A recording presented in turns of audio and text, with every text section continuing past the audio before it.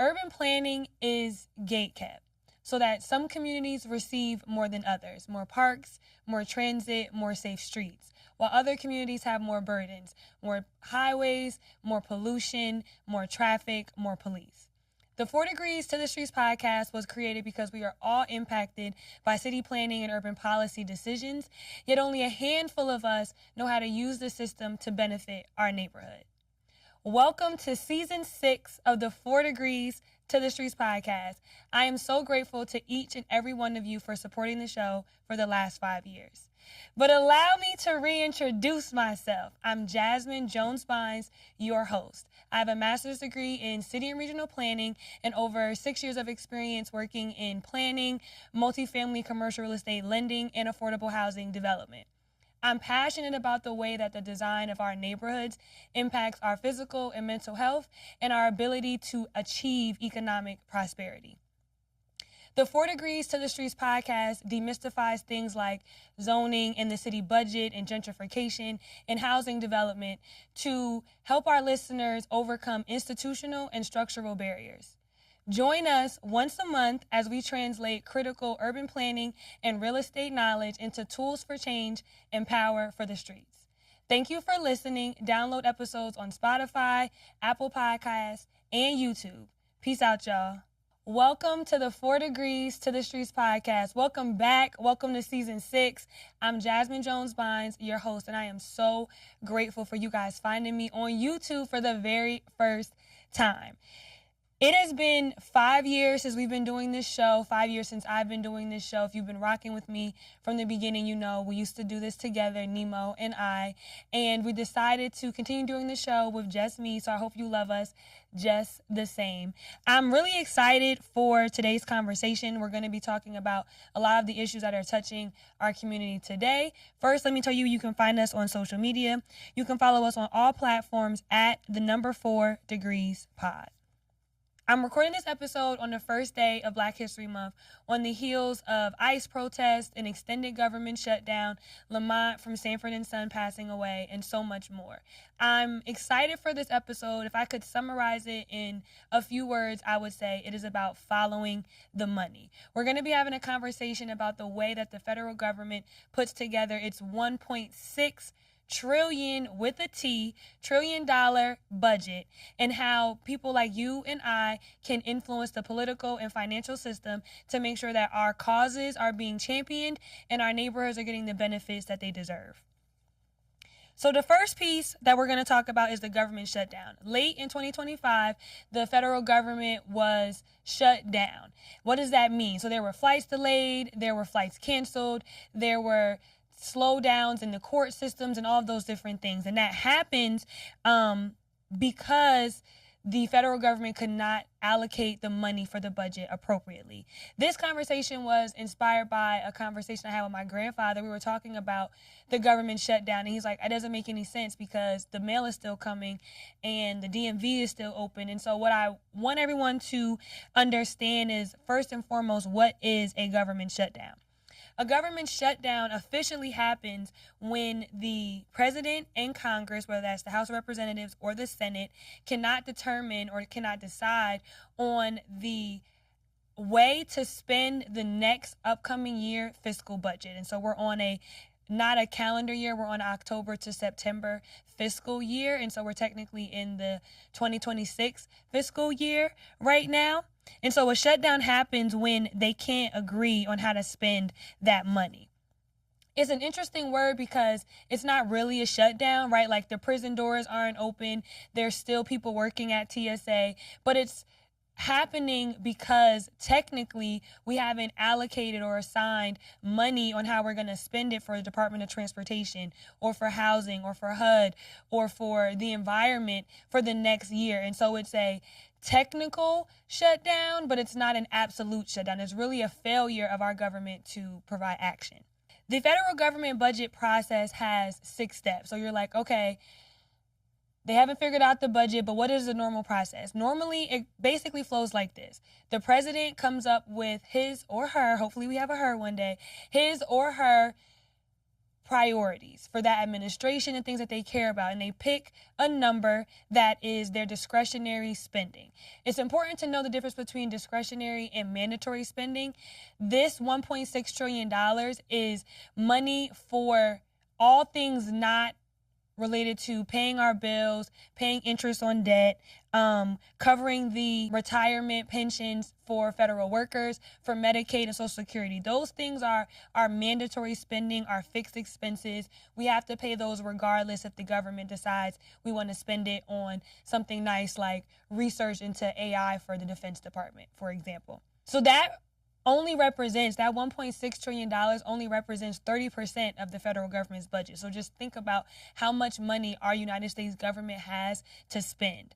The 6 steps of the process basically start with the president. He or she will pick their priorities and how they want to spend money across the departments that fall under their cabinet. The next step is that the House of Representatives and the Senate both have allocations committees. And so individual congressmen and representatives are appointed or select to be on different subcommittees. And I'll show a list of all of the members of the different budget subcommittees. Those allocation committees decide how much money is going to be allocated in total for the $1.6 trillion. And so just to break that down, what is exactly $1.6 trillion? It is $1,598 billion that our United States government has to spend across the Department of Defense, the Department of Agriculture, the Department of Transportation, the Department of Housing and Urban Development, the Office of the Interior, the Health and Human Services Department. Across all those different departments, our president and then our individual congressmen decide, okay, we have $1,598 billion to spend. Then it goes to smaller committees. These are called appropriations committees. And they decide literally like, okay, we have this much money. How much is going to go to agriculture? And then within agriculture, how much is agriculture going to spend on the variety of programs and services and operations that they have? The word appropriation is relevant because it has several meanings. One of the definitions of appropriation is to set apart or assign for a particular purpose or use. And that's what our politicians in the Senate and in the House of Representatives do. They decide how the money in the federal government will be used for a particular purpose or a particular use. They appropriate individual dollars for individual uses. There's 12 subcommittees within the appropriations committee. They're organized basically by the categories of the federal departments. So labor, health and human services, and education are all within the same subcommittee. Agriculture, separate subcommittee. Defense, separate subcommittee. But then there's a committee that combines the United States Department of Transportation, the DOT, and HUD, Housing and Urban Development. So you can see that there's some relationship between the committees, and within those, there's individual politicians who decide how the money is going to be set across. Once the subcommittees come together, they figure out, okay, within the Health and Human Services, Education, and Labor Subcommittee, here's how we want to spend the money. They're going to write that up in a fancy bill. That bill then gets presented to the larger group of Congress. And there, the congressmen and women have to vote on whether they will accept that appropriations. And so this is where the shutdown usually occurs. It usually is able to flow from the president to the individual allocations committee because those members generally just pick the same number that the president put out. So for this year, our president, Donald Trump, he has his big, beautiful bill, which I know we all heard about before. He had a certain allocation within that. He wanted $1.6 trillion. And our allocations committee within the Senate and the House of Representatives decided, okay, we're going to give him that $1.6 trillion. But here's where the sticky part happens. Here's where the negotiations, here's where the politics come into play. It's how do we want to spend that money within the individual departments? And so that's why we had the shutdown at the end of 2025, because Democrats, Republicans, the Green Party, all the different political parties within our system couldn't agree on how they wanted to spend money across certain departments. If I could share where the current status is right now on February 1st, 2026, we have a partial government shutdown. 6 of those 12 subcommittees are fully approved. 5 are partially approved, and 1 subcommittee is still pending. And when I tell you what subcommittee is pending, you're going to completely understand why, especially given the protests that we've seen nationwide. The committees that are already approved, meaning that the president has agreed, the congressman has agreed, and the House of Representatives has agreed, are Commerce, Justice, and Science, Energy, Water, Interior and the Environment, Agriculture, Military Construction and Veterans Affairs, and the Legislative Branch. The 5 that are partially approved, meaning the Senate has voted and approved them, but the House hasn't, are Defense, Labor, Health and Human Services, Education, Transportation HUD, National Security, and Financial Services. And the final one that is still pending negotiation that they can't wrap their arms around is Homeland Security. This is where politics, priorities, and your pockets all come into play. When you look at the categories that are still pending, the budgets that have not been approved, defense, that's when you start to see things like how much do we want to spend in Ukraine? How much do we want to support the Israel-Gaza problems that are happening in the Middle East? Labor, how much do we want to deal with job classifications, Health and Human Services? Do we want to provide more benefits to Medicaid and Medicare beneficiaries? HUD, how much do we want to invest in our rental assistance, our Section 8 programs? All those things that you keep hearing in the media, those are the exact topics that our congressmen in these individual subcommittees are debating and negotiating, because that becomes actual language in a bill. It becomes a dollar amount that is funded and supported. And so if you want to understand what someone cares about, what are their priorities, you got to understand how they spend their money. And even if you feel like you don't care about that, that's not important to you, check your bank account. Whatever you're spending money on is a priority to you. And so if you go to a big fancy gym and you're spending $300 a month on a gym membership, it would appear to me that fitness and health is important to you. Vice versa, if you look at your account and you're seeing all these liquor store runs, but you don't feel like you drink that much, maybe alcohol is a priority to you. And it's the same exact thing with our federal government. What we prioritize is what we spend money on. The budget gets held up. We have a government shutdown because it's a battle over whose priorities, Republicans versus Democrats, the House versus the Senate, and what priorities, environmental quality, border security, clinical disease research, Section 8 rental assistance, AI, those all become law and get funded with individual dollars. And so in those subcommittees, there's a battle between whose priorities are going to be championed, whose priorities are going to be funded. If we care about it, it gets a little piece of that $1.6 trillion. And if we don't care about it, if we don't want to prioritize it, it doesn't get any appropriation.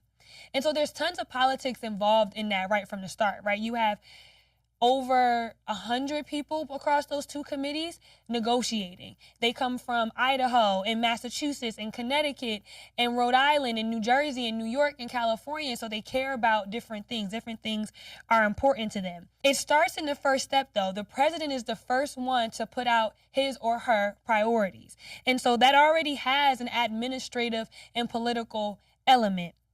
Trump has made it clear that reducing government spending, dismantling diversity, equity, and inclusion, border and immigration enforcement are top priorities for him. Many of those things right there are political touch points already.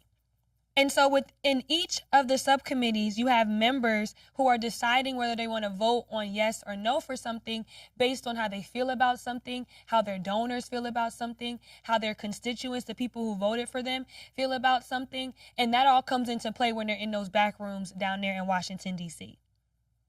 And so this is why you see Homeland Security and defense and labor being one of the last ones that we're dealing with. And so if I could just dig into Homeland Security for a second, not necessarily because it's an area that I feel like we spend a whole lot of time on in a general sense, but right now in 2025, in the state of America that we're in, And with that being the last budget to be decided, I feel like it's important to dig into that one in particular. And so one of the things I did, you can go online and all of the bills that they're proposing are available to read. Now, they are over 200-page documents, but I got you. I read through most of the document, and I want to share with you some of the notes that I took away from it because I think it was really important. Of that entire $1.6 trillion budget, $66.4 billion is allocated to the Department of Homeland Security. So that's only like 4% of the budget, just to give you a picture of what that looks like. And that department includes more than just the ICE agents. It includes TSA, it includes the Coast Guard, it includes Secret Service agent, it includes FEMA. So disaster relief is within Homeland Security, right? Protecting the homeland from natural and man-made disasters. It includes the Federal Protective Service, which is the police that are at federal buildings. They're all included within the Department of Homeland Security. I think it's important to note that the Department of Homeland Security did not exist until 2002. And we all remember, and we must never forget, what happened in New York and Washington, D.C. in 2001. And so of that $66.4 billion, only $10 billion of it is appropriated or assigned or allocated to operations for immigrations and customs enforcement, for ICE. Within that, $6 billion is set aside for removal operations, including expanding detention centers, hiring agents, and investigating foreign-based gangs in the United States. And this is where I think we have to pay attention to how priorities come into play. When you pick up the bill, before it starts getting into individual line items, the first thing that it has at the top is the mission statement of the Department of Homeland Security. Then it literally goes in and uses the word priorities. And when you read that executive summary at the top for the Department of Homeland Security, it talks about border security, technology, drone advancements, AI research, and product improvements to improve our security and screening processes. It talks about immigration center detention capacity and data management and reporting, and the transportation and deportation of what they call criminal illegal aliens. And so from the beginning, on those first 4 pages, they're telling you right there, here's what we care about for the Department of Homeland Security. And so what follows in all the different line items and sections of that budget, of that bill, is how they want to spend money on those individual priorities. For me, the biggest takeaway is that the devil is in the details.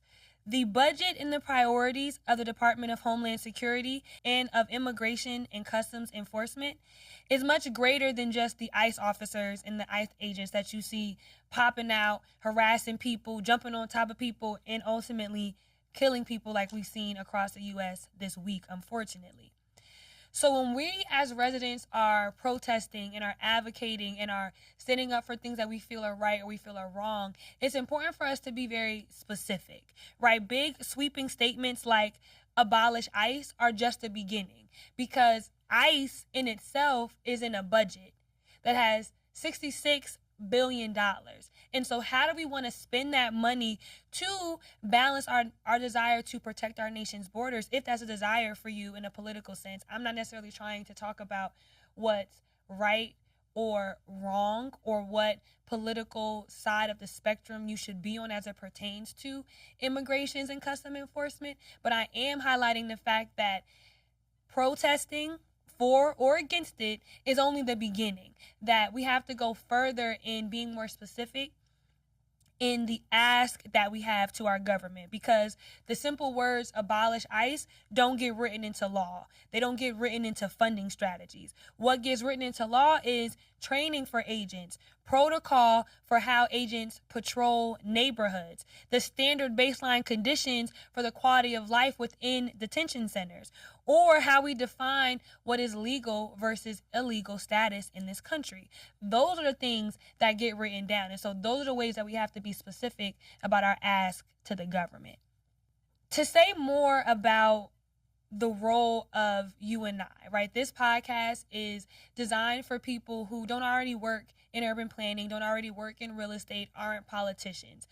It's designed for everyday people who live in a particular place and who care about their neighborhood. And so when we're thinking about our neighborhoods and how we care about them, this budget process highlights why voting is just the beginning of our civil rights. I think a lot of us, particularly those who come from marginalized backgrounds, Black people who have had their ability to vote violated and taken away from them, or really never granted them, had to ask for the privilege to vote in this country, we see voting as like the most important thing. And it is a very important thing. You must go out to those polls and vote in your local elections, your state elections, your fire chief, your police captain, all those different elections, as well as the presidency. But I think we leave it there. We go to the ballot, we put our vote in, and then we expect that candidate that we voted for to give us everything that he or she said they were going to do on their campaign trail. And that's a very dangerous position to be in, because once that candidate gets into office, all these different things are popping off and happening. And he or she has to decide what position, what side of the aisle they want to be on. And so there's multiple ways to get involved in civics and in politics. And even if you don't really want to be involved in politics, but you want to shape how your neighborhood functions, you can't leave it to just, I casted my ballot, now do what you said you was going to do. Write them letters telling them your position on issues happening in your community. Have your neighbors sign it. Invite them to community events of people happening in the neighborhood, whether it's someone who's been in the neighborhood for 50 years and they're having a 50th birthday party, or someone who's owning a lot of property in the community or having a grand opening. Invite your city councilman, invite your mayor, invite your county commissioner to those events so they can be more in touch with you and your neighbors. Call them on their phone, show up to their office, let them know how you feel about something that's going on. And if you want to take it to a national level, those senators also have offices in their local jurisdiction. You can do all those things at every single level of government. Having those multiple touch points once your candidate is elected lets them know that A, I'm still paying attention to what you're doing. B, I voted for you, so my interests still need to be at the top of your list in terms of priorities. The last thing I want to talk about as it pertains to being involved in civics and community engagement is joining in on the financial apparatus of the political system. Whether we like it or not, money is intimately involved in our political system. Politicians receive donations from people, from corporations, from neighborhood organizations every single day. And what matters sometimes a little bit more, unfortunately, than who voted for them is who donated to their campaign, who consistently donates to them when they're going back out to do different events and politicking across their neighborhood. And so the same way that big corporations and big political action committees donate to presidents and congressmen, so too should we donate to the campaigns of our mayors, of our city council people, of our county commissioners, and to the president themselves. Nothing is stopping you and I from putting our money together and making a $500 donation to the city councilman or to the mayor and letting them know, look, neighborhood association wrote you this check. So a neighborhood association calls you and says, we need something, we want it to happen. Don't think that that's not happening in other ways and that you don't have any power. Take, for example, the Los Angeles mayoral race with Karen Bass. Karen Bass ultimately won the election, and she got most of her campaign dollars from wealthy individuals. Jennifer Aniston and Michael Eisner were one of the top two. He's the former CEO of Disney. You better believe that Disney is making that call to the mayor's office, and they're getting what they need. And I like the mayor of LA, so I'm not saying in any way that she's corrupt or she's taking bribes or anything like that. But when you donate to someone's campaign, you get to talk to them one-on-one. And in those conversations, you get to let them know what you care about and what you need. Take another example. Senator Mitch McConnell, who's been in Congress for what feels like 100 years, if you look up his largest donor contributions, you'll find companies like AT&T and Reynolds America and Altria, which are tobacco companies. And so while you and I may not have the same money as AT&T or a Hollywood executive, we do have some money. And when we put it together, it goes a really long way. So just like on the national scale, if you care about the environment, you can join an environmental political action committee like the Sierra Club that donates money to people's campaigns. Or if you care about public education, there's a political action committee on the National Education Association, right? So if you care about different topics at the national level, you can become a member of these political action committees or PACs and invest your dollars in that so that they can help build up candidates and campaign platforms for elected officials who care about those same topics. On a local level, you can donate individually to city council or mayoral candidates. You can donate to community organizations like business improvement districts if you care about downtown. For example, in that same race here in LA for the mayor's office, the Central City Association donated money to that campaign. The Central City Association is a conglomerate of downtown LA business owners, people who live in the neighborhood, who care about the neighborhood, and they donated money to the campaign. So best believe when downtown LA needs something, when the roads are messed up, when the homelessness problem is getting out of hand, they pick up that phone and call. Nothing is stopping us from putting our neighborhood dollars together, organizing it into an organization, getting all the paperwork done, and making a contribution, boom, to the mayor, boom, to the governor, boom, to the senator. And that way we have our own little carrot in their pocket for when our neighborhood is being. And it's not just about burdens, right? It's not just about getting your neighborhood to have the most benefits, but sometimes a company is planning to open up a big warehouse in your community, and that's going to mess up the traffic flow. It's going to mess up internet access. It's going to mess up air quality. It's going to mess up water quality. And you want your candidate to fight for you on that. So if you voted for them, you're expecting that they're going to hold you down and protect your neighborhood from being bulldozed by this industry. But what if they don't? What if they're silent on the matter? You have all these different ways: going to their office, writing them a letter, donating to their campaign, showing up to them in person at different events that they're having, and getting them to know, like, this is not okay. I voted for you and I donated to your campaign. And I just want to shout out my brother real quick, because me and him talk about this a lot. We talk about the fact that voting is just one step. It's not even really the first step. Voting is just one step in making sure that the causes that you care about are championed and that your neighborhood is protected from burdens and receives the benefits that it needs. And so to wrap this episode, which I know was a short one, but I just wanted to give you a little taste on it because this can be a very cumbersome topic for real, and I hope it was interesting for you. But this year's fiscal budget is already in the works. It's happening right now. They have one last department to sign off on before they're done. But change in society first comes from us changing our actions. And so as we look to both the federal government and the local budget for the next fiscal year, I'm hopeful that you can be encouraged and motivated to participate a little bit more than just voting. I want to encourage all of us to do more than to vote, but to campaign the people that we elected consistently throughout the entire tenure of their being in that position. That we don't let people just get into office and sit there and go with the flow and do whatever they want to do. No, we need you to move on action that we care about. And so this podcast has talked about the budget process before. We have an episode from season 1 or season 2 called Where the Money Reside.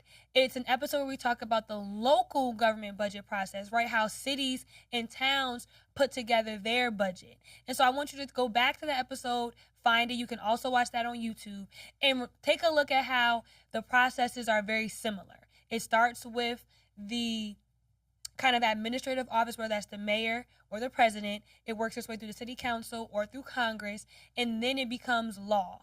Individual departments are assigned dollar amounts for programs, for services, for operations. As our elected officials are making those decisions, we need to have touch points with them to let them know, hey, I know you're on that budget committee, and I know the Homeland Security budget is coming across your desk. Here's what I care about. And remember, I gave you that check a few weeks ago. Other option, Department of Housing and Urban Development. Do we want to continue to support Section 8 rental assistance in the long term? And what parameters and guardrails do we want to have around it? If you have a position on that, and you and your neighborhood care about that, what can you do to let your elected officials know where you stand? I think this is a very important conversation for us to have, particularly as people who care about where we live, particularly as people who come from marginalized backgrounds, because this is that game that we don't learn in school. This is the information that in school they say, show up, vote, submit your paperwork, and everything is going to be dandy. But in the background, wealthy people, corporations, downtowns, business improvement districts, real estate brokers, technology companies, telecommunications companies, they're all out there putting money into the system and reaping the benefits so that when something comes along and it's time to regulate telecommunications and AT&T has donated all this money to your campaign, you might sit back on that topic and say, I'm not going to say too much on it. That same level of energy is what we need at the local level to protect our neighborhoods. Take something really small, like your neighbor is being challenged with speeding and with traffic, and you want to get speed humps. Being able to go to your mayor's office, being able to go to your city council office, being able to go to your county commissioner's office and say, hey, look, remember back when we elected you 2 years ago and this neighborhood council of 15 people gave you $1,300? We're really concerned about the traffic in our neighborhood and we want some speed humps. I bet you that elected official is going to do a little bit more to make sure things are done. Not just because you put money into the campaign, but also because you showed up while they were in office, reminding them that I voted for you and I want you to make good on the promises that you said you were going to do. And so that's how I want to wrap up the first episode of season 6 of the 4 Degrees to the Streets podcast. Happy Black History Month. I am recording this on February 1st, and I couldn't be more excited. I want you to follow us on social media at the number 4 Degrees Pod. You can find episodes from the show. We have over 50 episodes already. You can find them on Apple Podcasts, you can find them on Spotify, and now you can find us on YouTube.